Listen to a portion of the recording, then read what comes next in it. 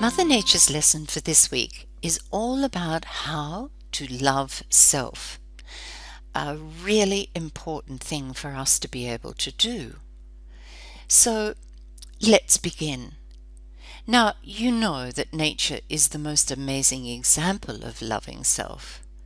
You see, nature lives in peace and harmony with self and all things. So we ask ourselves the question, am I finding time to do each day those things that bring me joy? Nature never rushes the process of unfolding its magnificence.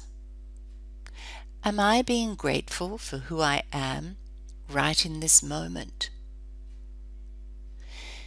Nature draws from the earth all the nutrients and water needed for growth. Am I honoring my body by feeding it healthy food? Nature finds the best surroundings in which to thrive. Do I see myself living in a world of abundance or in a world of lack?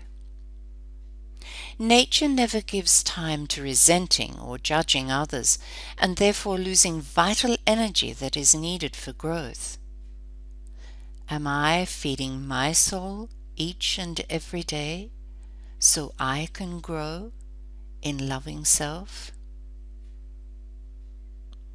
Very simple images in this message, but Mother Nature, through simplicity, always brings the most beautiful and powerful message.